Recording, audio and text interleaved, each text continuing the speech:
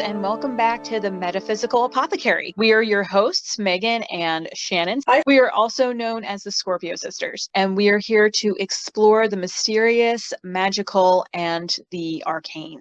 Megan and I are going to be talking about a very near and dear topic to both of us, and that is queering the craft. Yes. So the pagan and magical community has long been a safe space for people in the queer community to practice spirituality that feels right to us. And I say us because anyone who's been listening to this for any amount of time knows that I am too gay to function. So in the craft, however, there can be some really unnecessary and very uncomfortable gatekeeping in terms of how magic is practiced. And most often that happens through the duality that is present in a lot of pagan practices between male and female, and having particular roles that male and female fill. So Shannon and I are going to be exploring the ways in which these energies can be combined, the ways in which we interpret them in our own practices, and just some examples of how these energies are viewed outside of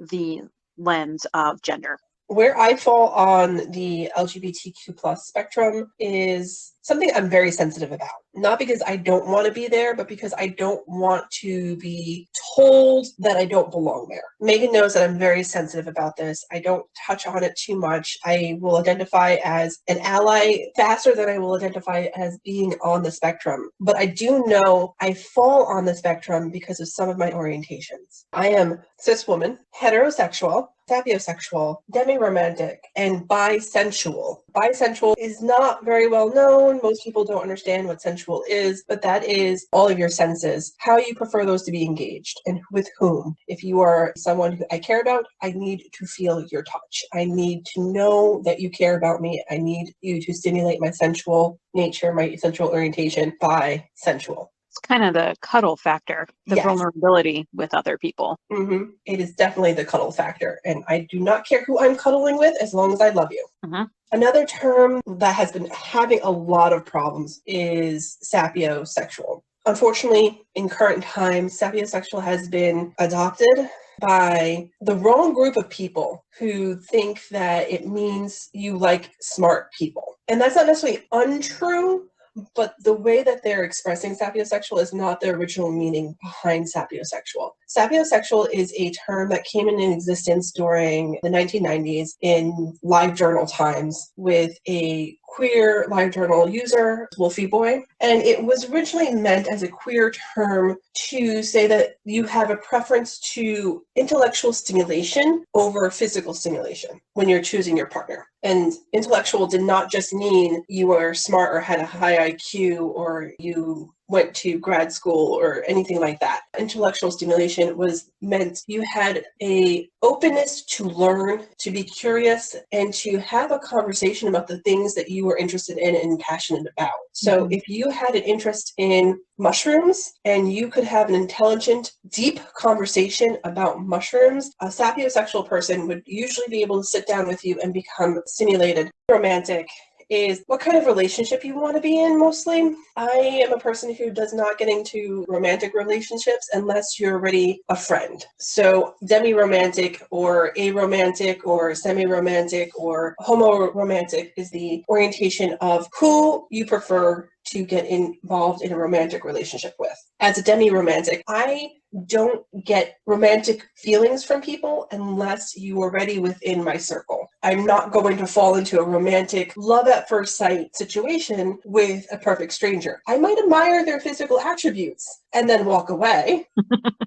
Or I admire their open-mindedness and have a sit-down conversation with them. I might even get involved in an asexual relationship with them, but I'm unlikely to engage in a romantic relationship with them unless they've already entered into my circle of friends. Romance to me is a orientation of commitment and trust, and I can't do that with strangers.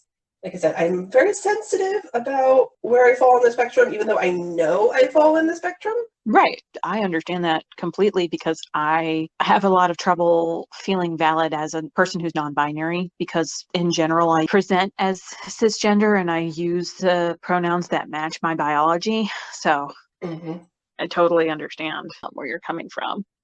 To introduce my experience with the queer community, I am non-binary. I'm demi-femme, which means that my gender ebbs and flows. It doesn't necessarily change. I'm always feminine or female, but it intensifies or rolls back almost to a gender status. If you think about a light being on a dimmer switch and it's a green light, sometimes that green light's super bright, it's real saturated, but other times you push the dimmer switch down, there's less color to it, and it's a little grayer and it's a lot dimmer. That's how my gender ebbs and flows. So that's why I identify as a member of the non-binary community. I'm pansexual, but I'm also homoromantic. So that means that my sexual attraction, I'm good. If you are aesthetically pleasing to me, I'm probably going to be able to have a sexual relationship with that person. But in terms of romance, the only times that I've been able to develop a romance with another person have been when that person is either female or exudes feminine energy. I've actually never been in a relationship with another non-binary person, but I've met non-binary people that I could definitely feel that vulnerability with. And that's to sort of add to what Shannon was saying about romantic orientation. It's a level of intimacy and romance and vulnerability that you can achieve with another person. For me, most of the time that's going to be with another woman, and it will be for the rest of my life because I'm married to another woman. So I am also sapiosexual. That's not the only way that I express my sexuality, but I definitely need to be able to have intellectual discourse with another person to be attracted to them. There needs to be some ability to engage on an intellectual level and then dive deep down into subjects. And Shannon, your example of discussing mushrooms on a very deep level, that's happened. My wife and I have done that. Whereas for me, I never felt a sexual urge that wasn't stimulated from a sapiosexual, intellectual, deep conversation with another person. Right. So that is my sexual expression, is through sapiosexuality. I just happen to be heterosexual as well. Maybe I'm heterosexual because it's happened with women too, and non-binary individuals. And that's an excellent demonstration of how sexuality and gender expression and romantic expression, they're all fluid. It's a big old spectrum. Yes. Which is the problem with the way that energies in the magical community are so often divided. You can land on pretty much any blog about witchcraft or read pretty much any book about magic and witchcraft, and somewhere in there, it's going to be divided into god and goddess energy. And there's not necessarily anything wrong with that. However, it leaves very little room to combine those energies. The implication is usually that to achieve balance, you need 50-50 god and goddess energy. And the inference that a lot of these resources make as well is that the people reading them are all cisgender and usually heterosexual, unless the person writing them is part of the queer community. We're going to take a little dive into how we can combine the duality in different ratios to result in a spectrum of energies that we can connect to as members of the queer community on the same level. So traditionally in the duality of god and goddess, you've got the goddess who is associated with the moon, beauty, fertility, healing, things to do with childbirth and child rearing, the stages of life energies that women go through, water, earth, night, darkness. And then you've got the god energy, which is sun, strength, virility, guardian and stewardship, the youth warrior sage stages of life, fire, air, day, and light.